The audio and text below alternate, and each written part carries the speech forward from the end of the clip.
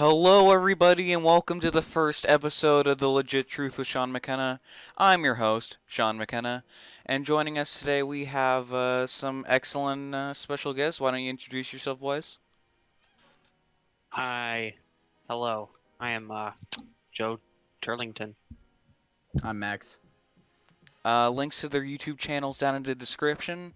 To start off today, we're going to be going over a little something that happened in Indiana. Bus driver was arrested for some impromptu driving lessons. Jonandra Behavion McCarty, age 27, let students aging from 11 to 17 drive the bus. This is pretty interesting to me. Now, her only other crime that was found ever by the police was that she was speeding one time. She was found guilty and she must pay a fine. She was also fired by the bus company. The whole incident was caught on tape, and we're going to be editing that in here for you right now. Sometimes. Oh, don't tell no other adults about this. Okay. First, we gotta do, put your foot on the brake. There you go. Alright guys, so what do you think about this? It seems pretty interesting to me. Is it good? Is it bad? Should she be punished? What? I mean, she's teaching the kids how to drive at an early age, but I don't think that this is necessarily smart because in the article, it states, like, you have to have safety, and it says here there is nothing more important than the safety of the students that we transport. Behavior such as this is completely unacceptable and totally at odds with what we stand for as a company. That's what the bus driving company said. And we're going to have links to all these articles from these news websites in the description below. Max, what do you think of the situation? To be honest, I think it was kind of bad. Yeah, I think she should be punished because it depends on like how far she decided to drive them. It should be the punishment, but like since there was an entire bus full of people, I feel like it was kind of reckless to allow such young children to be able to drive. It says here in the article that it was for short distances. The ages of the children that we know of are 11, 13, and 17. Now, the 17-year-old I can kind of give a pass, but for the 11 and 13-year-old, I may have a couple more questions. I don't know how long the short distance was, whether it was from one light to the other, but seems pretty interesting. Even if it's just at that from one light to the other, it's like, why would the bus stop be or a bus be stopping, that much? Like, you got to know that there's something going on, and that totally is just not acceptable. Like, that puts a lot of people at risk, especially with the 11-year-old. Like, like how big is that 11-year-old? We don't know. Well, if you remember from the video, the bus driver was going over, you got to put your feet here. I didn't see from the video how big the child was in the video. I don't know what the age of the child was in the video, but it seemed as though the child might not have been able to reach the pedals hypothetically. So if there was an instance where the bus needed to stop, was the bus driver going to have to throw the child out of the seat and step on the brake? This is a very dangerous situation for not only the people on the bus, but for the bus driver and the people on the outside of the bus as well. Yeah, because they could have caused an accident. Something terrible could have happened. Lives could have been lost. It's pretty unpredictable at that point. It is. One question that I have is why did no one try and stop this? Because obviously people had to have seen this as wrong, right? So why didn't someone try and stop it? Well, from my understanding is the only adult on the bus would have been the bus driver. McCaddy, 27, so not really at the age where you can be making smart decisions, I would say. I'm not trying to be ageist or anything here, but I don't feel like somebody who's 27 is going to be making the best decisions for these children. And all these other children, they're going to be thinking this is kind of cool. Oh, I want to drive the bus next. So, this is a whole compiled situation. True. Yeah, you kind of got to think of it in the mind of the children. Like, if you were in middle school and you saw that the bus driver was allowing people to drive the bus, wouldn't you want to get involved too? Obviously, that'd be a cool thing to do. Yeah. Like, it may be cool, but it's definitely neglectful for the children. dangerous for the children and dangerous for everyone in this situation. I wouldn't be surprised if the parents took legal action against the bus driver or the bus company for hiring her. Yeah, most definitely. All right, then. We're going to be moving on to our next topic, coming from Texas this time, so a little farther south.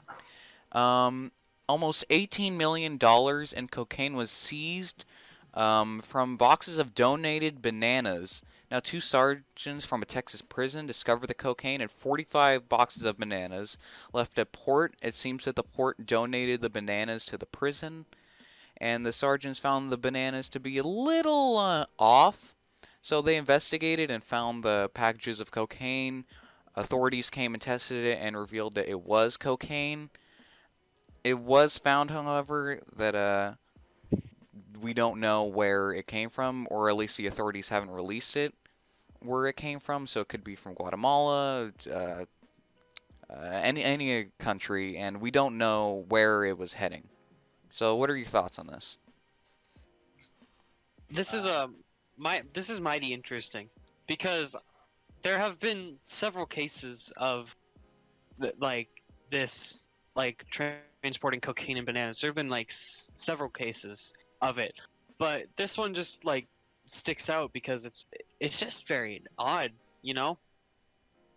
They were being donated, so you wouldn't think that they'd have a bunch of narcotics in them, but they found 540 like little packages of cocaine, which is worth $18 million. So, you know, it's just really odd to see this. Yeah, I agree with Joe. It's a very common occurrence, but like to store like $18 million worth of cocaine into a banana box that you're going to donate to the prison doesn't really seem like the smartest idea. Now, I don't think that the distributor planned on it going to the prisoner. I think it was planning on being received at port, but apparently, according to the article, it was never claimed at the port. So obviously something went wrong here, and the guy who was supposed to get the cocaine bananas never got them. So obviously the port was going to say, you know, we don't want these bananas to go to waste. We're going to give them to the prisoners. And then that's how the whole situation went about, I think. And he was just trying to do a nice thing, trying to give some bananas to the prisoners. And I don't think that he had any idea that there was a ton of cocaine in those bananas. So he kind of knocked out two birds with one stone because they still got the bananas, but they also just confiscated all that cocaine. yeah. That is true, and that's going to be a pretty large bust of cocaine. Now, what I'm wondering is, are these bananas still going to go to the prisoners, or are they going to have to destroy these bananas because of trace amounts of cocaine on them?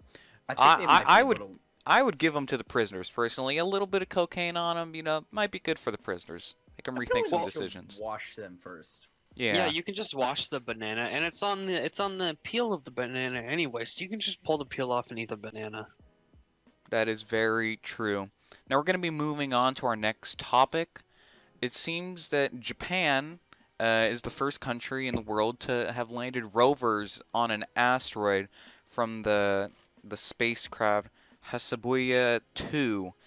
The spacecraft known as Minerva 1 and Minerva 2, Minerva being the Roman goddess of wisdom, obviously being named after the fact that this is going to be a mission that increases our wisdom of space. Now, the European Space Agency has previously managed to land a rover on a comet. This is the first time it's ever happened on an asteroid. Now, the asteroid is around 1 kilometer wide, and it's known as Ryugu. What are your thoughts on this, gentlemen? Do you think this is going to help us scientifically in the future? Do you think it's a waste of money? What are you thinking? I think that this is smart and also not very smart at the same time. We get these cool pictures from the, what is this, an asteroid? We get these cool pictures, but we don't really, that they're kind of wasting their money on this, because what's the point of sending a rover onto an asteroid? You know, wasting all this jet fuel and all this stuff to go and send this rover onto an asteroid, because what are we really going to do with that? Like, evidence that, or those pictures that we get from the asteroid. I kind of agree with Joe. I don't really see the point in it, especially when you look at the pictures that are listed on this website. They kind of come out blurry because the asteroid might be moving a bit too fast. I don't really know what you can make out of that. Well, the pictures aren't the only thing being sent from the asteroid. It seems that the rovers are also going to be taking samples of the asteroid to figure out its composition. That I feel like is going to be much more valuable than just getting pictures of it. Now, hearing that, does that change any of your thoughts at all? I mean, maybe. Really, they're trying to get They said they want to get samples of the asteroid. They want to test it and they want to see what's on it. I can understand that and see what is about with that, but still, it just seems like a waste of money. Yeah, we haven't been able to do it before, so I think I'm okay with this one.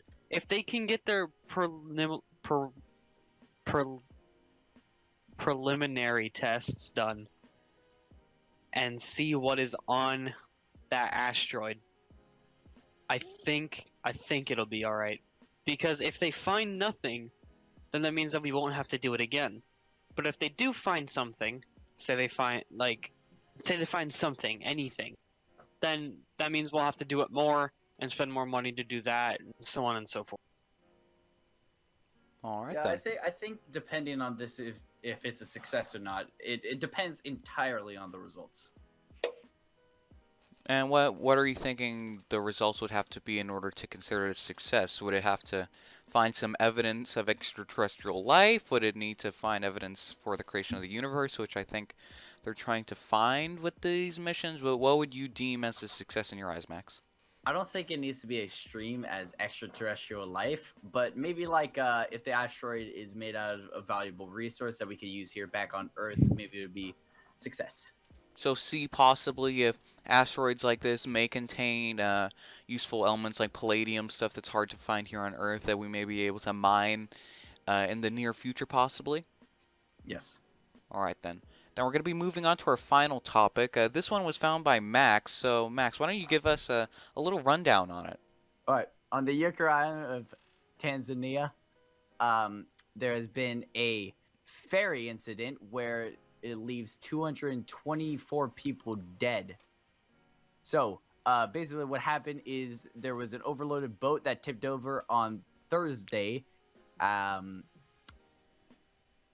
being honest, I never read this.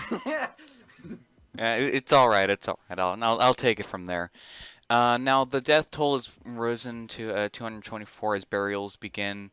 It seems that a lot of people are carrying brightly painted coffins as a sign of the dead. A lot of people are worried about this. Here said by one Manzia Chabugia, my child might have been found, but I have not seen her. So obviously this is an issue that's happening with people. You know, people were shouting. There was an accident. We don't know. There may be more dead. I'm not exactly sure how many people were on the ferry. But we'll have to see. What do you guys think? Do you think that this is what do you think? What would you do in this situation if you knew your family members are trapped on a ferry and possibly dead? This is obviously very scary for all of them. That man, he's waiting for his child. He said that he has found his wife, but he's still waiting for the ferry to be pulled up so he can see whether his child is there or if she's not. If she's not, then that is really bad, and that means that she's missing somewhere and can't find her father and mother, you know. This is a very scary incident, though, because with 224 people dead, this is a very, very big thing, meaning, like, families and everything like that have just... They're just, like, gone. It's just huge. It takes a blow, a devastating blow to whatever these people... Where they live, what they do, everything. It's gonna just take a huge chunk out of their society and be like, oh my god, what has happened here? All right then, Max. What do you I think? think it's a horrific accident. Like, it says here that like people were jumping. It just tipped over because it was over capacity. It was overloaded. Just like people trapped inside the ferry who couldn't escape, probably drowned. It's just a terrible incident all around. It is a terrible incident. And I'm wondering if something like this could possibly happen in the United States. I mean, this happened in Tanzania, which is in Africa, for those of you who don't know. And obviously, I don't want to be offensive to anyone here, but this is obviously a less developed nation when compared to the U.S. Do you think something like this would have happened in the U.S. based on our regulations? I mean, this could possibly happen, but I don't think it'd be in the U.S. The U.S. has so many regulations on what they do with their boats, their ferries, and stuff like that. They have strict rules to follow. I don't see anything like this happening in the U.S. or leaving the U.S. Now, I could see something like this happening from somewhere like in South America, somewhere like in Africa, like where this was. This is horrible. I don't think it could happen in the United States. I could see it happening in Cuba with people trying to leave Cuba and come to Florida, all the states that are down there on the south side. They could probably that may be able to happen with too many people trying to get onto one boat and then have it capsize and them all die. But I don't see this happening for the United States. What do you think, Max? It might be able to happen like on a few occasions. Like this is the one of the few instances where, to be honest, it was kind of like human error. How so? I mean it wasn't really regulated. I don't know whose fault it was, but it seems like it wasn't regulated, mainly because the ferry was overloaded. Now, do you think this was the ferry company's fault? It might not have been. I feel like it could have been their fault for not like regulating as many people boarding the ship, or some people could have snuck on. I don't know the circumstances, but there is someone at fault here. And hopefully no one is at fault and this was just a tragic accident. Well, it happened, but hopefully we can learn from this and this never happens again. Hopefully some regulation comes into place in Tanzania and other countries such as it, where we don't have to witness events like this happening in the future. Thank you for joining us on The Legit Truth. I'm Sean McKenna. We were joined by Joe and Max, and please watch our future videos, and hopefully you'll find topics interesting to you, and share it with your friends. The Legit Truth has been told.